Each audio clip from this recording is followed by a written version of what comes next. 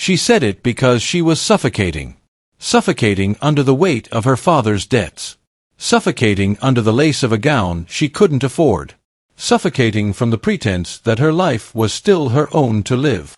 "Whoever walks through that door is my husband," Lady Charlotte Whitmore teased, her voice ringing out with a frantic, brittle edge that she prayed sounded like humor. Behind her, Miss Eleanor and the others dissolved into giggles. Miss Penelope tapped her fan against her chin, playfully scanning the horizon for a victim. They thought it was a game. They thought the world was kind enough to allow for such jokes. Then the heavy groan of the iron gates cut through the laughter. The sound was sudden and absolute, like a gavel hitting a bench. The amusement died instantly, replaced by a silence so thick it felt like a physical weight. A man stepped through the opening. He was tall, draped in a dark tailcoat that seemed to absorb the afternoon sun rather than reflect it. He didn't look confused. He didn't look like a guest who had lost his way. He looked like a man arriving to collect a debt. He looked directly at Charlotte. The air left her lungs. Mr. Theodore Blackwood had arrived. The Whitmore garden was a sea of pastel silks and shallow promises. Peach, light blue, and lemon yellow gowns swirled across the manicured lawn as Eleanor and Margaret whispered behind gloved hands, their eyes bright with the thrill of the season. The sun was golden and forgiving, casting a warm glow over the silver tea service and the delicate porcelain cups. But Charlotte felt a winter chill. She stood at the edge of the terrace, her gloved hands clasped tightly against her chest as if she could physically hold her heart in place. The blush pink of her bodice felt like a lie, a soft color for a hard reality. He was closer now, his deliberate steps crushing the grass with a rhythmic, terrifying purpose. Everyone in the town knew the name Theodore Blackwood.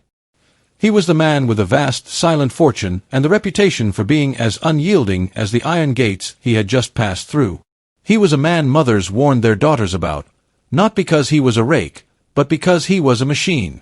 A man who never smiled. A man who never played games. And now, he was crossing the lawn, his intense gaze never wavering from hers, coming to claim a promise she had never intended to keep.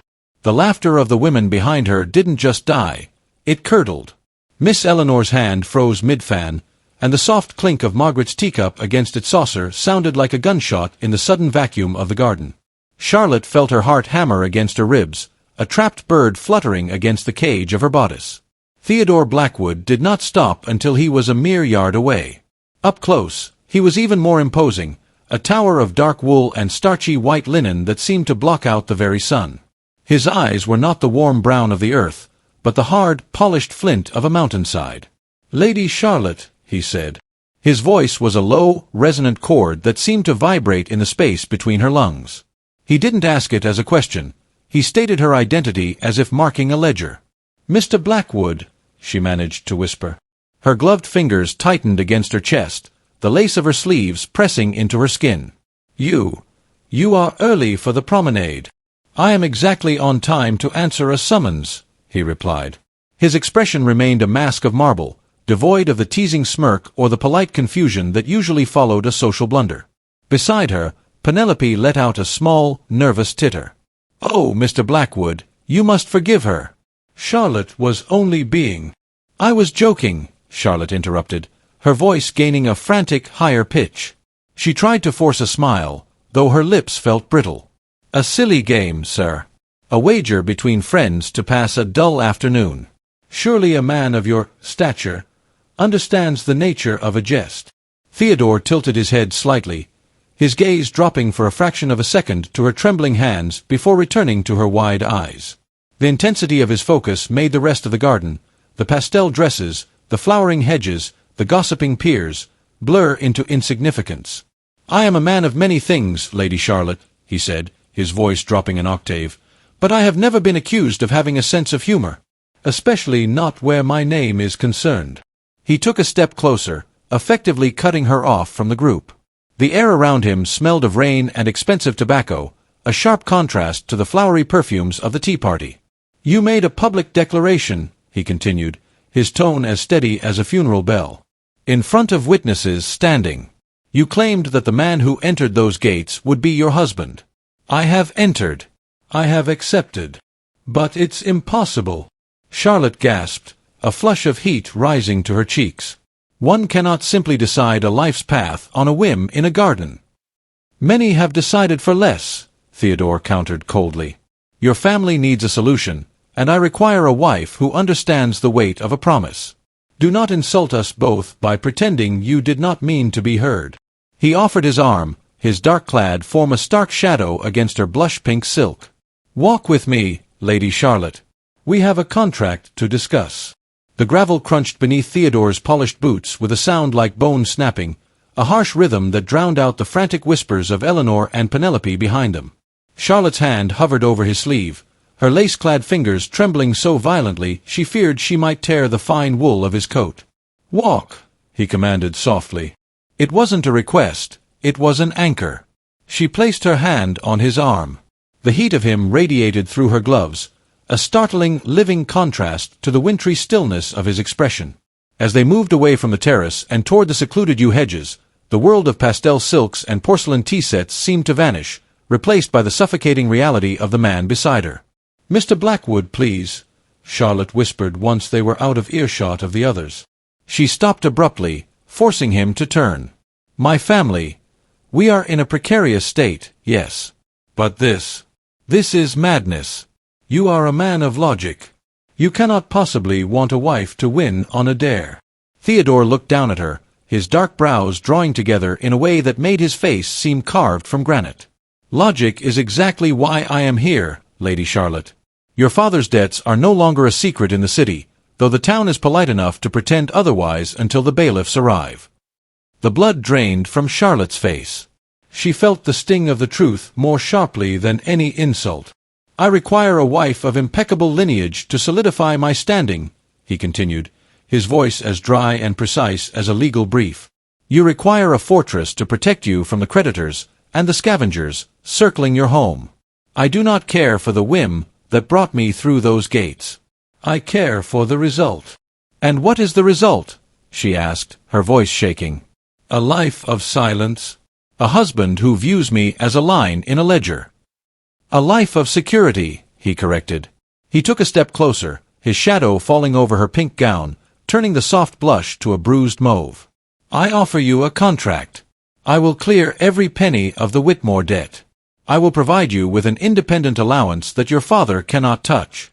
In return, you will manage my household with the grace you were bred for. You will provide the appearance of a stable, aristocratic union." Charlotte stared at him, her breath hitching. "And affection. Or a family." Theodore's jaw tightened, a brief flicker of something dark and ancient passing through his flinty eyes. "I do not deal in affection, Charlotte. It is a volatile currency.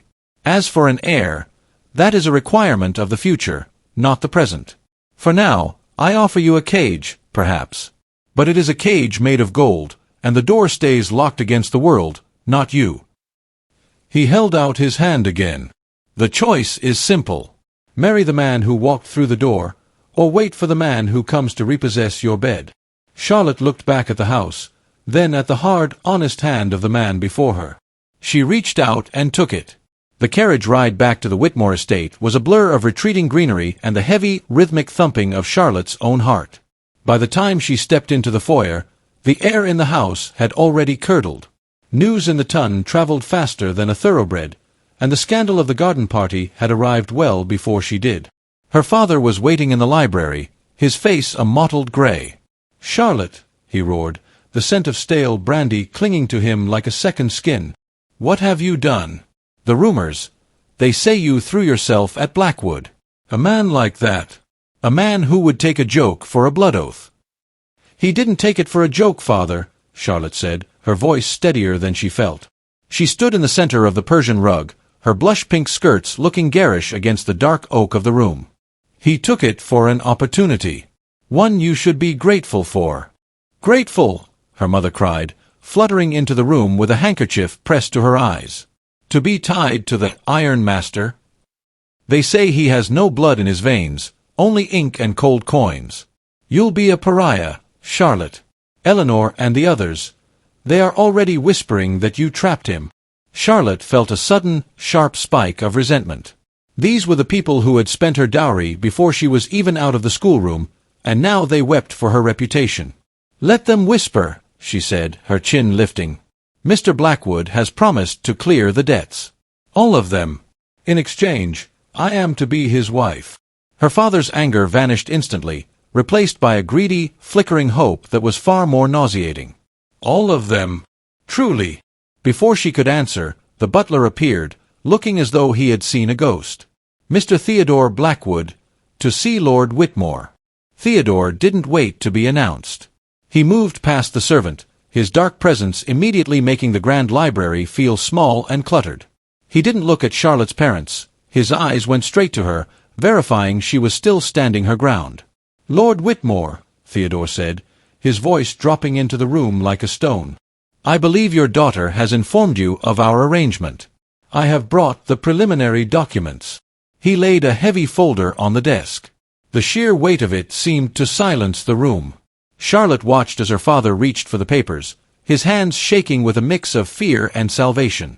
"The wedding will be in 3 days," Theodore continued, his gaze shifting to Charlotte. "A private chapel. No spectacle.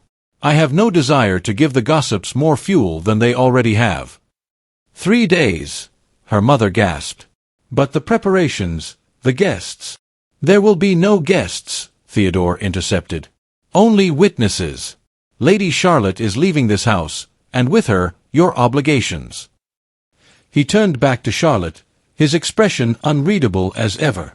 For a moment, the library felt like the garden again, the two of them isolated in a world that didn't understand the bargain they had struck. "Prepare yourself, Charlotte," he said softly. "The world is about to become very loud. Ensure you are ready for the silence that follows." The morning of the wedding was stripped of the usual pageantry. There were no flowers to perfume the air, no dawn chorus of bridesmaids, only the gray, persistent light of a drizzling sky.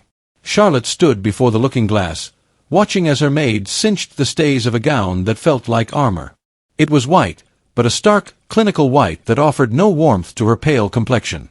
"You look like a marble statue, my lady," the maid whispered, her voice tinged with pity.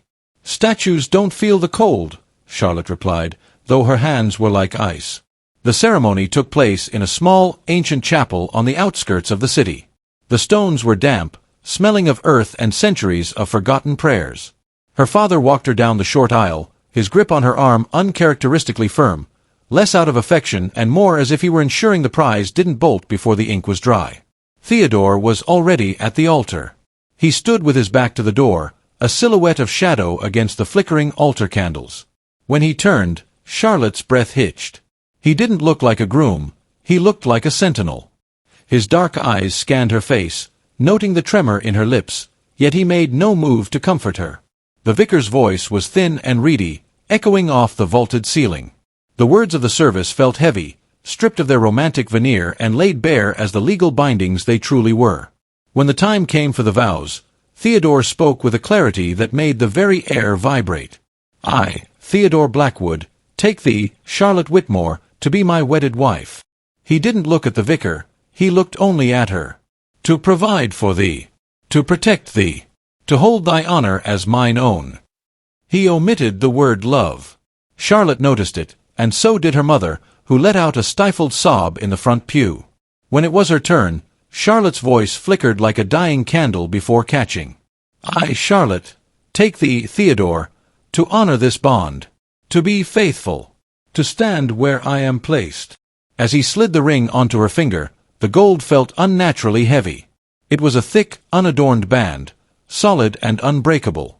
For a second, his thumb brushed the back of her hand, and the heat of his skin sent a jolt through her that felt like a spark in a dark room. "It is done," the vicar announced, his voice sounding small. Theodore didn't kiss her. Instead, he took her hand and leaned in, his breath warm against her ear. "The debt is paid, Charlotte. You are a Blackwood now. Leave the ghosts of this house behind." They walked out of the chapel not as lovers, but as allies who had survived a siege. A black carriage waited, its door open like a waiting maw. As Charlotte stepped inside, leaving her weeping mother and relieved father on the stone steps, she realized the shadow of the altar wasn't a threat, it was a shield. The carriage door clicked shut with a finality that seemed to echo across the rainy churchyard. Inside, The world was reduced to the scent of polished leather and the steady, rhythmic breathing of the man sitting across from her. Charlotte watched through the rain-streaked window as the small chapel and her parents faded into the grey mist. She waited for the wave of grief to hit her, the realization that she had just sold her life to a stranger. But instead of sorrow, a strange, hollow quiet settled in her chest. For the first time in years, she didn't have to worry about the bailiff's knock or her father's desperate schemes. "You are remarkably silent," Theodore observed. He hadn't moved since they entered the carriage. He sat perfectly still, a book unopened in his lap, his gaze fixed on her with that same unsettling focus. "I was told I should prepare for the silence," Charlotte replied, echoing his words from the library. She adjusted her silk skirts, the stark white fabric looking out of place in the dark interior. "I find I do not mind it as much as I expected." Theodore's lips thinned into what might have been a ghost of a smile, though it vanished before it truly formed. The silence of the city is different from the silence of Blackwood Manor. One is the absence of noise. The other is the presence of history. "Is that a warning, Mr. Blackwood?" "Theodore," he corrected firmly. "If we are to be partners in this contract, you must address me as such. And no, it is an observation. My home is not a place of light and laughter. It is a place of business and order. I expect you will find it stark." "I have lived in a house full of noise and debt for 20 years, Charlotte said, meeting his flinty gaze. "Starkness sounds like a luxury." The journey took hours as the city's cobblestones gave way to the soft, damp earth of the countryside. As the sun began to dip behind the jagged line of the horizon, the carriage turned onto a long, winding drive flanked by ancient oaks. Their gnarled branches reached out like skeletal fingers against the darkening sky. Then, the manor appeared. It was a colossal structure of grey stone and sharp angles, silhouetted against the twilight. It looked less like a home and more like a fortress, standing defiant against the encroaching woods. There were no lights in the windows save for a few on the ground floor, making the house look like a sleeping giant. As the carriage pulled to a halt, Theodore stepped out first and offered his hand. Charlotte hesitated for a heartbeat before taking it. His grip was firm and dry, grounding her as she stepped onto the gravel. "Welcome to your new life, Charlotte," he said, his voice dropping to a low murmur that sent a shiver down her spine. "The past ends at the gate. Everything from this moment forward belongs to us." The doors of Blackwood Manor were as heavy as the gates of a cathedral, swinging open to reveal a foyer of black marble and soaring, shadowed arches. The air inside didn't smell of the floral potpourri Charlotte was used to. It smelled of beeswax, old parchment, and the cold metallic tang of the evening air. "This is Mrs. Miller," Theodore said, gesturing toward a woman standing as straight as a spear in a charcoal-gray dress. "She has kept this house in my absence. She will answer you now." The housekeeper curtsied, her eyes sharp and assessing. "Welcome, madam. We have prepared the primary suite in the west wing." Theodore nodded curtly, but he did not follow them. He stood in the center of the hall, his dark coat making him look like a shadow cast against the marble. "I have matters to attend to in the study. Mrs. Miller will show you your rooms. We shall dine at 8. Charlotte watched him walk away, his footsteps echoing with a lonely, rhythmic precision. Following the housekeeper up the grand staircase, Charlotte felt the sheer scale of the house pressing in on her. Every hallway was lined with portraits of stern-faced men and women who shared Theodore's flinty gaze. There were no landscapes, no splashes of color, only the weight of the Blackwood legacy. When Mrs. Miller opened the doors to the west suite, Charlotte gasped. The rooms were immense, furnished in deep mahoganies and midnight blues. A fire crackled in the hearth, but it seemed to struggle against the vastness of the space.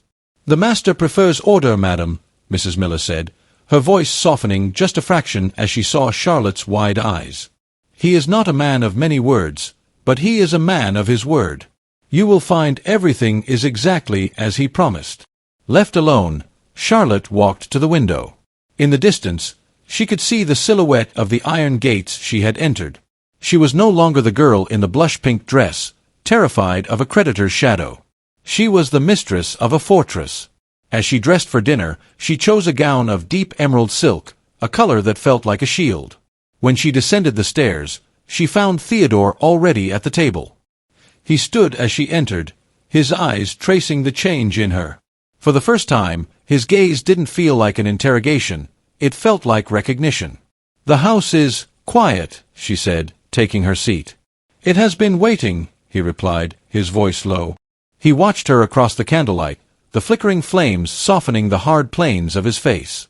"I told you I do not deal in affection, Charlotte. But I find that having you here, the silence feels less like a void." Charlotte picked up her fork, her hand steady. "Then perhaps, Theodore, we shall find a way to make the silence speak." The first week at Blackwood Manor was a lesson in the architecture of Theodore's soul. Everything moved with the precision of a clockwork engine. Breakfast was served at 7, the post arrived at 9, the house fell into a meditative hush by 10 as Theodore vanished into his sprawling library. Charlotte soon realized that the freedom he had promised was literal. Unlike her father, who had dictated her every breath to ensure she remained marketable, Theodore seemed entirely uninterested in her movements, provided they did not disrupt the house's equilibrium. "You are wandering again," Theodore observed one afternoon. He was standing by the floor-to-ceiling windows of the gallery, his shirt sleeves rolled up to reveal forearms that were surprisingly corded with muscle. He looked less like a gentleman and more like the Iron Master the gossips feared. Charlotte stopped, her fingers trailing over the cold marble of a pedestal. "I am learning the boundaries of my cage, as you called it. There are no locked doors for you, Charlotte. I told you that."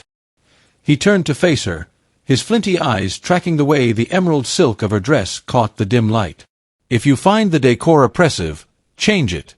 If the gardens are too wild, tame them. My only rule is honesty. If you require something, ask. Do not maneuver. Do not tease." The reminder of her joke in the garden made her cheeks flush. "I am not a child to be scolded, Theodore." "And I am not a suitor to be played with," he countered, though his voice lacked its usual icy edge. "I have spent my life surrounded by people who use words to hide their intent.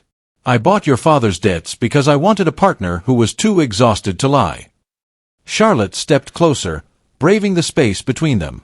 The scent of rain and old books clung to him, a grounding, earthy aroma. "And what of your intent? You say you want a wife for standing, but you hide me away in a fortress. You say you want an heir, but you do not seek my bed." Theodore's jaw tightened.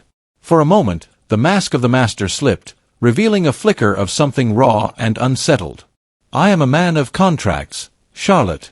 A contract requires both parties to be ready. I will not take what is not offered with a clear mind." He reached out, his hand hovering near her cheek before he pulled it back, clenching it into a fist at his side. "The rule of this house is simple," he whispered. "You may have anything you desire, provided you have the courage to name it." Charlotte looked at the vast, silent gallery, then back at the man who seemed as lonely as the stone walls around them. She realized then that the unspoken rules weren't about what she couldn't do, they were about the terrifying possibility of what she could. The rain that had plagued the week finally turned into a tempest, lashing against the high stone walls of Blackwood Manor until the glass in the library rattled. Charlotte found herself drawn to the one room she had avoided, Theodore's sanctuary. The door was ajar. Inside, the only light came from a dying fire and a single lamp on a desk cluttered with ledgers. Theodore was not working. He was sitting in a high-backed leather chair, staring at a small, framed miniature portrait. He looked smaller in the shadows, the Iron Master stripped of his armor. "Theodore," she whispered. He didn't startle.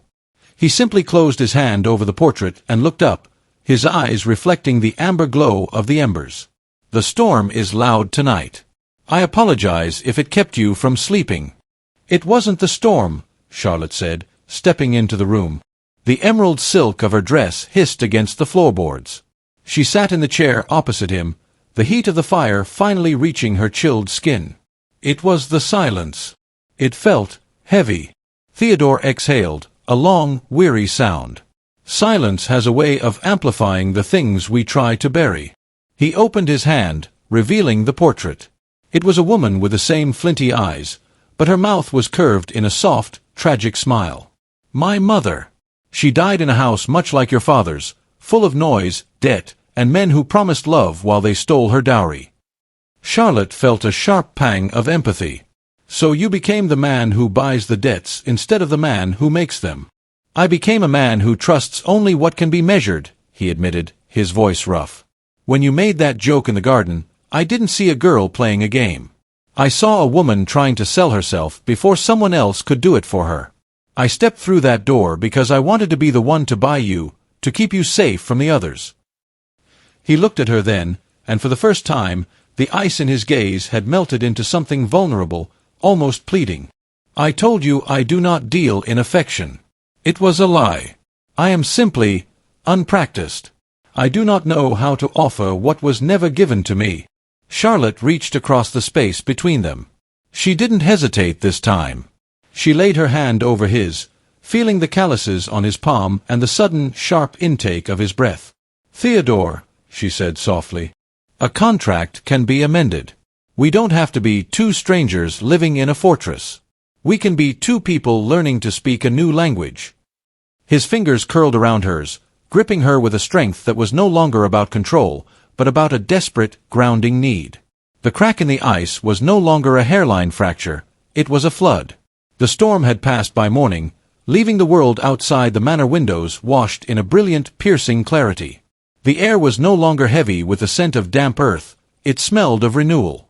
Charlotte stood in the center of the grand gallery, the morning sun streaming through the high windows and illuminating the dust motes dancing in the light. She was no longer wearing the stark, clinical white of her wedding day or the defensive emerald of her first week. She wore a simple dress of sky blue, a color that felt like the morning itself. She heard the rhythmic, familiar click of boots on the marble. She didn't flinch. She didn't turn with a startled gasp or clasp her hands to her chest in fear.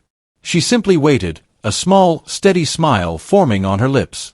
Theodore stopped a few paces behind her. He looked different in the daylight. The dark tailcoat remained, but the rigid set of his shoulders had softened, and the flint in his eyes had been replaced by a quiet, watchful warmth. The workers have arrived to begin on the east gardens, he said, his voice no longer a command, but an invitation. They are waiting for your instructions. Charlotte turned to face him. I thought I might plant roses.